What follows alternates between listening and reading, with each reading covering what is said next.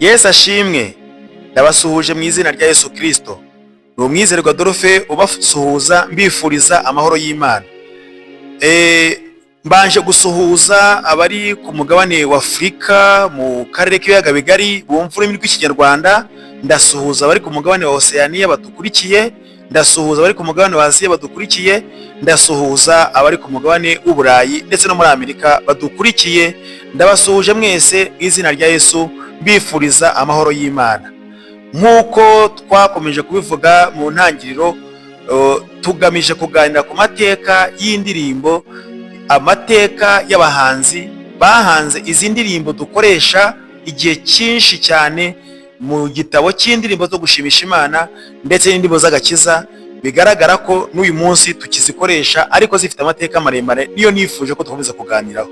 Reka rero tubanze gusenga hanyuma tugaruke n'ubundi dukomeza tuganira.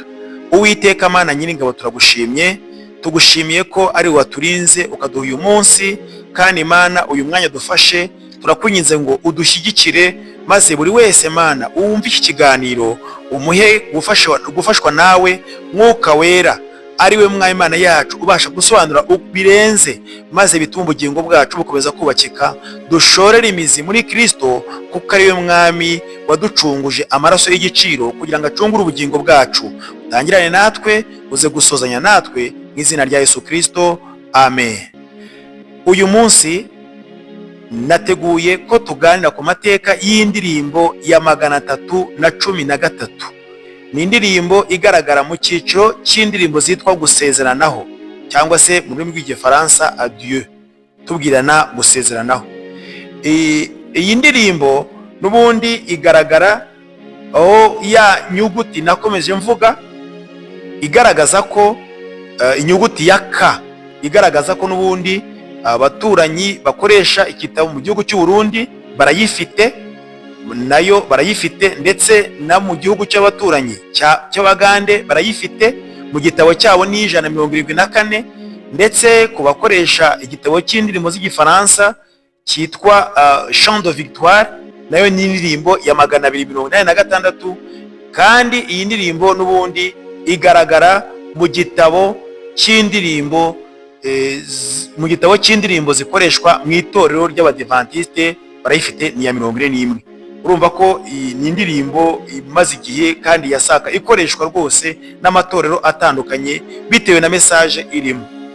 Iyi ndirimbo rero mu Kinyarwanda yitwa ngo Umukiza abe hamwe namwe.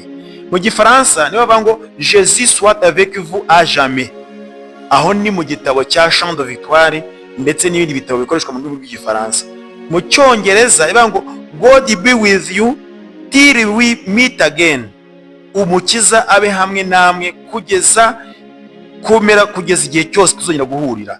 Niko wenda umuntu yacishiriza mu Kinyarwanda, ariko mu Kinyarwanda ni hariya twavuze ko umukiza abe hamwe namwe, ababere umujyanama. Reka rero tubane turirimbeho igitera kimwe ndetse na refrain, hanyuma ubundi tugaruke tuganira ku mateka yayo. Umukiza abe hamwe namwe, ababere umujyanama, abaragire nk'intama, abarinde mu mahoro ye, hamwe namwe kugeza ku mperuka y'isi, hamwe namwe umukiza be hamwe namwe.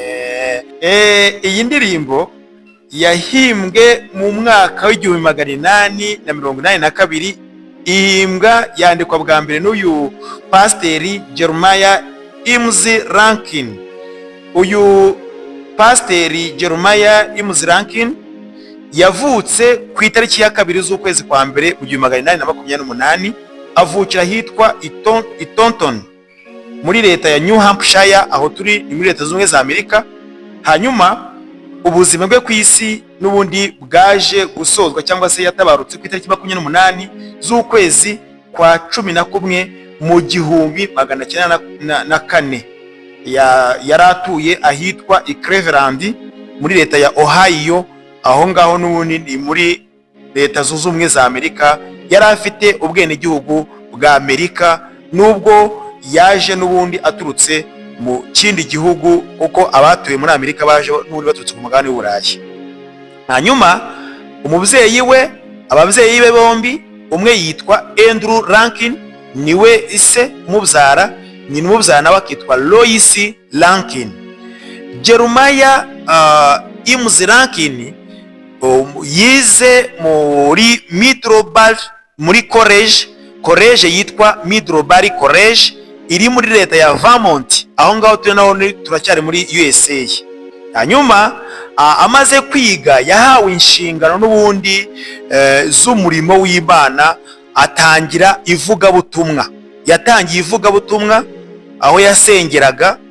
Amaze kwiga yahise agaragaza impano n'ubundi y'ivugabutumwa.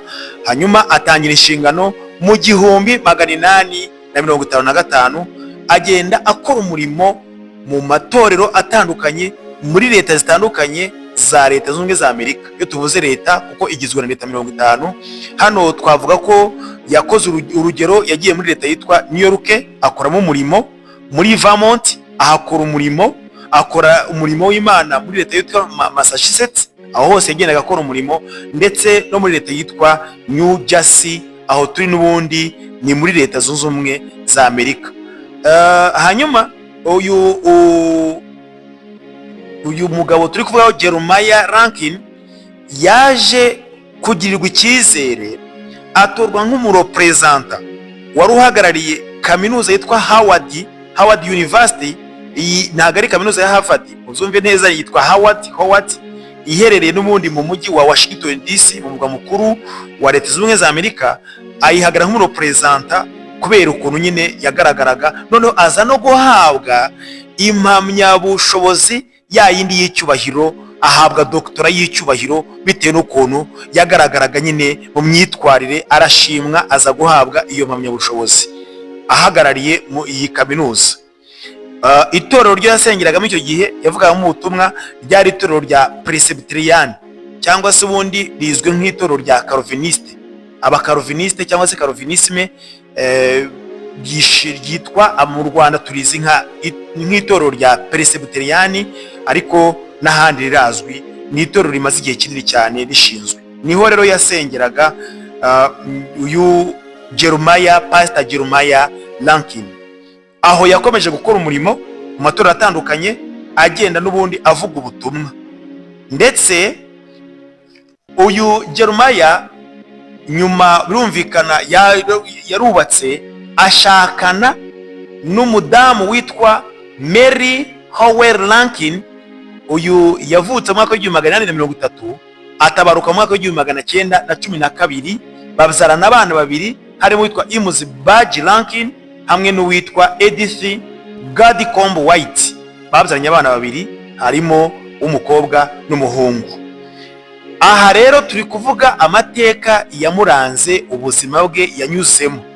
Hanyuma iyo turi kuvuga amateka y'indirimbo, ntabwo tuba dushaka gutinda cyane kuri aya mateka ya nyir'ubwite, ariko nayo kumenya ni ingenzi. Yabaye muhe buzima, ubundi yakoraga iki, yatungwaga n'iki. Tumaze kubona uburyo yakuze, uko yize, n'uburyo yakoze umurimo mu buryo butandukanye, agenda avuga ubutumwa nka pasiteri. Ndetse nyuma amaze kugaragaza imbaraga z'umurimo, yaje guhagararira itorero ryitwa The Washington's First Congregational Church. Niwe muyobozi wariyoboye, arihagararira n'ubundi ryari rifite icyicaro i Washington DC, umurwa mukuru n'ubundi wa leta zunze ubumwe za Amerika. Kuki rero uyu mupasiteri Jeremiah yaje kuririmba iyi ndirimbo? Ni impamvu ki yayiririmbye? Kugira ngo wumve amateka, impamvu yaragize ayahe marangamutima, yari mu bihe bihe kugira ngo abashe kuririmba iyi ndirimbo. Nari maze kubabwira ko yayoboraga itorero ryitwa Washington's First Congregational Church. Ni itorero byagaragaraga n'ubundi i Washington. Aha rero mu itorero birumvikana abo yayoboraga yari afite korali, afite abakristo. Ni itorero ryari rizwi cyane, riri mu murwa mukuru, birumvikana gukorera mu mujyi ni ahantu hamenyekana. Hanyuma akajya asoza amateraniro akabona nyine abantu barasohoka, abona nta gahunda muri make y'urugendo, batangiye neza basenga, bafashijwe, baririmbye, bumvise ijambo ry'Imana, akabona abantu noneho barasohotse barigendeye, wenda nta n'ubabwiye ngo turashoje cyangwa se barasenze, ariko buri wese agasohoka abona ko mbese muri make akabona ntabwo bifite injyana.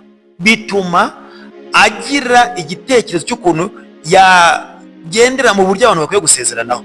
Hanyuma agendera ku ijambo ryitwa, iyi ndirimbo yayihanze mu rurimi rw'Icyongereza, agendera ku ijambo goodbye. Iyi goodbye yatangiye gukoreshwa mu 1573 n'umwanditsi witwa Gabriel Harvey. Noneho agendeye kuri iyi goodbye rigenda ryaguka, rya jambo rya goodbye arihinduramo God be with you, God be with you. Iri jambo niryo yagendeyeho atangiza ya ndirimbo yitwa ngo umukiza abe hamwe nawe. Goodbye ubundi ivuga ngo ni imvugo isanzwe yo gusezeraho, gusezera umuntu utashye basezeranye. Noneho we arangije aravuga ngo ndashaka gushyiraho uburyo abakristo basezeranaho, Christian goodbye niko yayise, Christian goodbye, bivuga ngo God be with you, umukiza Imana ibe hamwe nawe. Ahera ahangaha rero ahita yandika iyi ndirimbo, ayiririmba avuga ngo baragiye ariko tuzongere duhure, till we meet again. Nubwo mugiye, kuko urumva batandukanaga bakundanye, kwa kuri bakundanye agatekereza ko bagiye, ariko akavuga ngo umukiza we hamwe namwe, mugiye mu buzima busanzwe, twari twibereye hano turi gusenga, muragiye, mugiye muranyura mu nzira, umukiza we hamwe namwe, till we meet again, kugeza nitwongera. Ariko uwayishyize mu Kinyarwanda avuga ngo kugeza ku mpera y'isi. Hanyuma biza noneho iyi ndirimbo we yarayanditse, ndetse uburyo bayiririmbagamo byari uburyo bwo kugira ngo basezeraneho. Iza gushyirwa mu majwi neza n'umunyamuzika witwa William Gould Thomas. Uyu yavukaga n'ubundi mu gihugu cya Germany, yaturuka mu Budage, yari yaraje gutura muri Amerika aturutse mu Budage, ariko we yari azi bya muzika cyane. Hanyuma iyi ndirimbo aza kuyiha amajwi, ayiha tuzite melody mu rurimi rw'Igifaransa, ayiha injyana, ayiha amajwi. Iyo ndirimbo irakundwa cyane, ikagikoreshwa mu buryo bwo gusezeranaho, nk'uko tubibona n'ubundi mu cyiciro cyo gusezeranaho. Ukurikije message yashaka kugaragaza muri yo, aravuga ngo umukiza abe hamwe namwe kugeza ku mpera y'isi. Noneho akavugamo ingingo z'ingenzi zigaragaza aho akwiye kubana nabo. Ku gitera cyane aravuga ngo mu rugamba abe hamwe namwe, ab'ingabo yanyu ikinze, icyo ni cya kabiri. Ahandi akavuga ngo abarinde mu makuba, muragiye ariko umukiza abe hamwe namwe. Urwo ni uburyo bwiza bwo yashyizeho, ngo yabwise ngo ni Christian goodbye, gusezeranaho kwa Gikristo. Ni ubwo buryo n'ubundi yarahimbye iyo ndirimbo kugira ngo abantu bajye basezeranaho, bifurizanya amahoro, bagende neza, ariko kandi bazagaruka amahoro, bazongere guhura ari bazima bameze neza. Ngabahishe mu bababaye, mwebwe ntimwabasha kwihisha.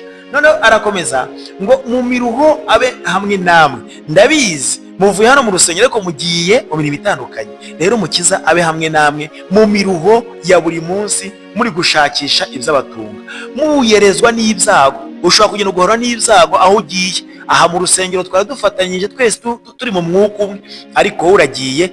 Rero umukiza abe hamwe namwe, n'indwara nazo ni nziza, umukiza abe hamwe namwe, ndetse nimugira n'amahoro ntimuzibagire ko azaba ari kumwe namwe. Ntabwo agenda gusa, ntabwo aza mu gihe cy'ibyago cyangwa mu mahoro, igihe cyose umukiza abe hamwe nawe, ntumwibagirwe.